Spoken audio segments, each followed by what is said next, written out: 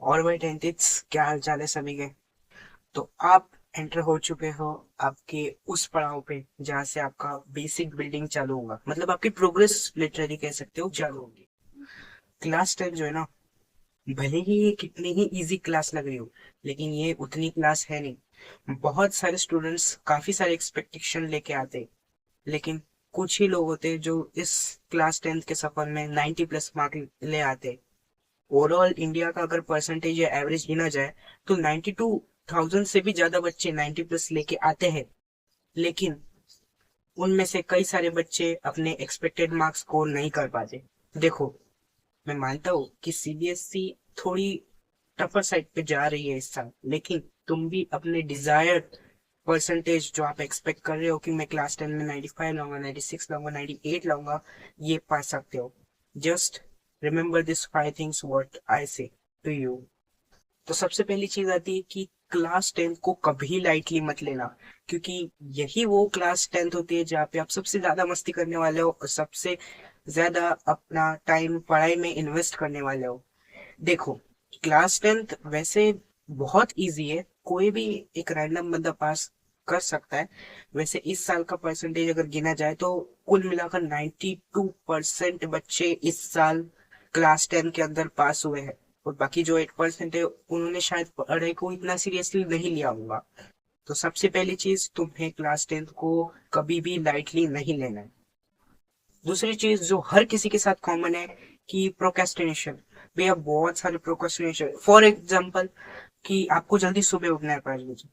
क्या होता है, एक एवरेज इंसान के साथ क्या होता है, वो 5 बजे का अलार्म लगाता है, लेकिन जैसे ही 5 बजते हैं, यहाँ पे आता है रियल गेम। वो कभी उठ ही नहीं पाता, क्योंकि उसके माइंड में प्रोक्रेस्टिनेशन का जो एक लूप बना हुआ है ना, ये हमेशा चलता रहेगा। अगर आप इस लूप को तोड़ना चाहते हो तो आपको कंसिस्टेंट रहना पड़ेगा, अपने आप को गोल ओरिएंटेड बनाना पड़ेगा, तभी आप क्लास 10 में अपने डिजायर्ड परसेंटेज अचीव कर पाओगे।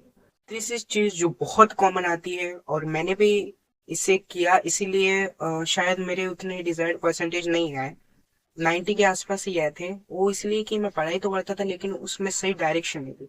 मोर रिसोर्सेस एक इतना बड़ा मिथ है कि कंपनी आपको लगाए पड़ी है कि तुम ज्यादा रिसोर्सेस लो, ज्यादा क्वेश्चंस प्रैक्टिस करो, तभी तुम क्लास 10 के अंदर डिजायर्ड परसेंटेज, ऐसा कुछ नहीं होता है।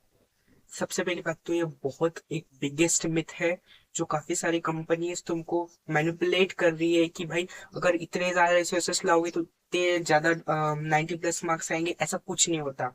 तो तीसरी सबसे बड़ी मिस्टेक है more resources, don't follow more resources unless you need it. चौथी मिस्टेक शायद हर कोई कर रहा होगा, नॉट सॉल्विंग पीवाईक्यूज।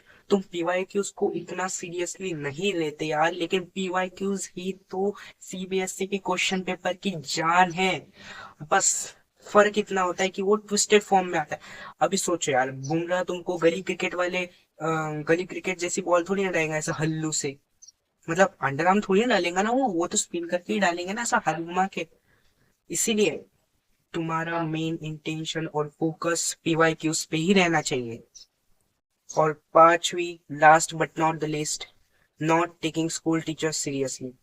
पता नहीं हमको स्कूल टीचर्स से अलग ही नफरत होती है, क्योंकि वो हम अपने को इंटरनल्स के लिए नहीं, इंटरनल्स के लिए सताते इसलिए।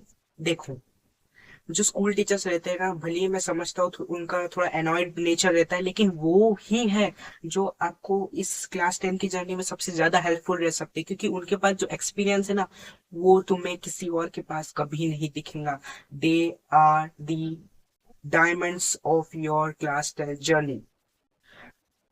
जब भी स्कूल टीचर्स की बात आती है ना, हम पीटी वाली सर का चक्कर, इंग्लिश वाली मैम के साथ चला देते हैं। अरे इससे बियॉन्ड भी तो तुम उससे उनसे कुछ सीखने की कोशिश करो ना, रील स्क्रॉल करने से कुछ नहीं होगा। तुम्हारा फ्यूचर सिर्फ पढ़ाई में है, ये मान के अगर तुम चलोगे तो ही तुम क्लास 10th में कुछ अच्छा ढंग का स्कोर कर पाओगे। वैसे अगर मेरी कितनी परसेंटेज है ये आपको जानना है तो कमेंट करो for the next video. Thank you for subscribing me. Bye. This is your NJ Bhaiya signing off.